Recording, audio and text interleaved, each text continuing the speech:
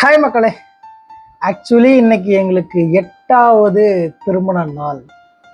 கிட்டத்தட்ட 2017 ஆரம்பித்த ஒரு லவ் இன்னைக்கும் கொஞ்சம் கூட மாறாமல் அதே காதலோட அதே அன்போட. ஆக்சுவலி ஒரு சின்ன ரீகேப் போகலான்னு தோணுச்சு. ஏன்னா எங்கள் மேடம்க்கு பெருசாக நான் கிஃப்ட் பண்ணது கிடையாது, அவங்களும் அந்த கிஃப்ட் எதிர்பார்த்தது கிடையாது. ஸோ இந்த வீடியோவே அவங்களுக்கு ஒரு கிஃப்டாக இருக்கட்டும் அப்படின்னு ஆசைப்பட்றேன். எஸ், ஏன்னா வாட் இஸ் லவ் அப்படின்னு நான் வச்சதுக்கு காரணமே இன்றைக்கும் உண்மையான காதல் இருக்குது அப்படின்றதுக்காக தான். அந்த காதலுக்கான எடுத்துக்காட்டாகவே ஏன் நம்மளே சொல்லக்கூடாதுன்னு தோணுச்சு. தற்பெருமையா அப்படின்னா கண்ணு வச்சுருவாங்களா, அப்படின்னா யாராச்சும் பொறாமப்பட்டுருவாங்களா, அப்படின்னா யாராச்சும் வைத்தெரிஞ்சிருவாங்களா, அப்படின்னா என்ன வேணா இருந்தாலும் பியூர் லவ் அப்படின்றது எத்தனை ஜென்மத்துக்குமே அழியாதுங்க. ஸோ தைரியமாக பேசலான்னு தான் தோணுச்சு. ஏன்னா நான் வளர்ந்த குடும்பம் அப்படி தான். ஒரு ஃபோட்டோ எடுத்தாலே கண்ணு வச்சுருவாங்க, நல்ல சந்தோஷமாக சிரித்தாலே கண்ணு வச்சுருவாங்க, யாராச்சும் கேவலப்படுத்துவாங்க. ஏன்னா வாழ்க்கையில் பட்ட அவமானங்கள் நிறையா. ஸோ அந்த அவமானத்தின் போது நம்ம பக்கத்துலேயே இருந்தாலுமே, நம்மளுக்கு தெரிஞ்சவங்களாவே நல்லா இருந்தாலுமே நமக்கு சப்போர்ட் பண்ணுறாங்க அப்படின்றது ரொம்ப ரொம்ப ரேர். நல்ல ஃப்ரெண்ட்ஸ், சீரியஸ்லி அந்த நல்ல ஃப்ரெண்ட்ஸாக இருக்கட்டும், நல்ல டீச்சர்ஸாக இருக்கட்டும், நல்ல ஒரு வெல்விஷர்ஸாக இருக்கட்டும், நல்ல ரிலேஷன்ஸாக இருக்கட்டும் இருந்தாங்க. பட் ஆனால் அந்த ஒரு என்ன சொல்கிறது, ஸ்ட்ராங்கான ஒரு ரூட் தேவைப்படும் தெரியுமா, அதுதான் என்னோடய ஒய்ஃப்னு சொல்லுவேன். ஒரு சின்ன எக்ஸாம்பிளோட முடிச்சுக்கலாம்னு நினைக்கிறேன். வீடியோ ரொம்ப லென்த் பண்ண விரும்பல. எங்களுக்கு அன்னைக்கு கல்யாணம் 2018 செப்டம்பர் இதே நாள் 6ஆம் தேதி. அன்னைக்கு நான் ரெடி ஆகிட்டு இருக்கேன், மேக்கப் போட்டுக்கிட்டு இருக்கேன். என் தங்கச்சியே தான் மேக்கப் போட்டுக்கிட்டு இருந்துச்சு. 3 பேர் வச்சு என்னை ரொம்ப சூப்பர்பாக பண்ணிக்கிட்டு இருந்தாங்க. அப்படி பண்ணும்போது சீப்பு கேட்டாங்க. ஸோ சீப்பு கேட்கும்போது சொந்தக்காரத்தில் ஒருத்தர் கலாஸ்டாரு, மாப்பிள்ளைக்கெல்லாம் சீப்பு தேவையா, அதான் மண்டையில் ஒன்றுமே இல்லைல்ல அப்படின்னு. எங்கள் மேடம் உள்ளே இருந்தவங்களுக்கு எப்படி காது கட்டுதுன்னு தெரில, பாப்பா ரெடி பண்ணிகிட்டு இருக்காங்க.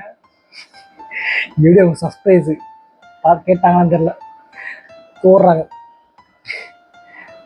எங்கே உள்ளே இருந்து வெளியே யாரதுன்ட்டு, யாராச்சும் இனிமேல் அவர் அப்படி சொன்னீங்க அவ்வளோதான், யாராக இருந்தாலும் பார்க்க மாட்டேடி. நாங்கள் பார்த்துங்க சீரியஸ்லி லைஃப்பில் அன்னைக்கே ஒரு மிகப்பெரிய வெற்றி அடைஞ்ச ஒரு தருணம்ங்க.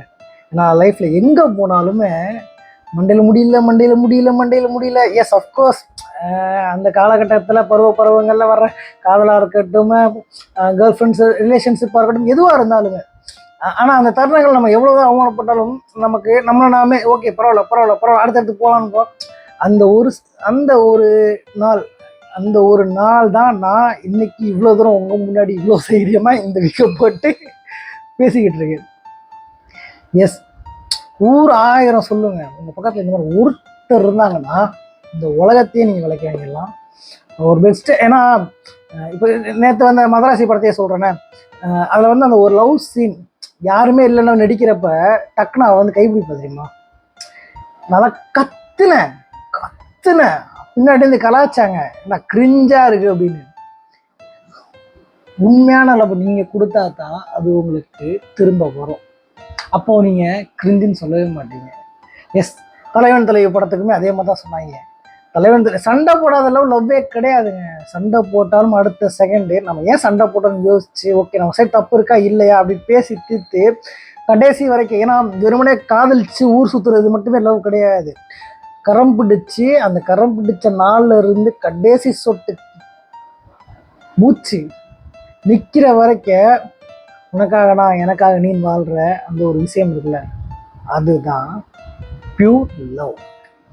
அந்த பியூர் லவ் எனக்கு கிடச்சிருக்கு. அந்த லவ்வுக்கு நான் என்ன சொன்னாலுமே தகாது.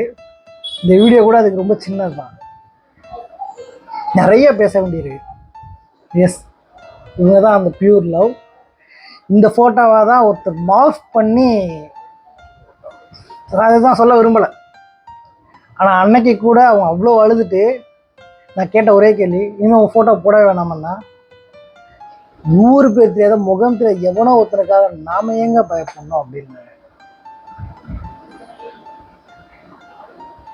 ஸோ உங்களுக்கும் எனக்கு கிடைச்ச மாதிரி பியூர் லவ் இந்த லைஃப்பில் கிடச்சிருக்குன்னு நம்புகிறேன். கிடைச்சவங்க ஆமாம் அப்படின்றத கமெண்ட்டில் சொல்லுங்கள். கிடைக்கல தேடிக்கிட்டு இருக்கேன் அப்படின்றவங்க கண்டிப்பாக உங்களுக்கு கிடைக்கும். உங்கள் நம்பிக்கையை மட்டும் விட்டுறாதீங்க. நீங்கள் உங்கள் லவ்வை வாரி வழங்கிக்கிட்டே இருங்க.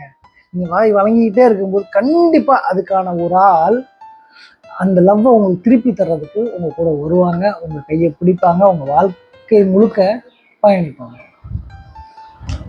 எஸ், ரொம்பவே ரொமான்டிக்காக பேசணும்னு தான் ஆசைப்பட்டேன். பட் ஆனால் ரொம்ப சின்ன பழக்கமாக பேசணும்னு தோணுது. பட் இருந்தாலும் பரவாயில்ல.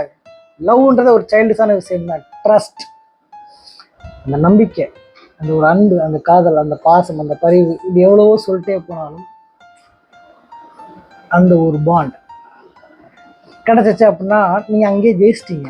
அதுக்கப்புறம் தான் காரு, பங்களா, பணம் எல்லாமே. எஸ், இப்போ வரைக்குமே என்கிட்ட எதுவுமே இல்லை, நான் ஃபீல் பண்ணதே கிடையாது. கேட்குறீங்கல்ல, உன்னோட சொந்த வீடு இருக்கா, நல்ல புது பைக் இருக்கான்னு எவ்வளோ கேட்குங்க. அதுக்கு பின்னாடி எல்லாம் நான் கவலைப்படாமல் இவ்வளோ சந்தோஷம் வீடியோ போட ஒரே காரணம் அந்த பியூர் லவ் தான். உங்களுக்கும் அது கிடைக்கும் கூடிய சீக்கிரமே. நன்றி. பை.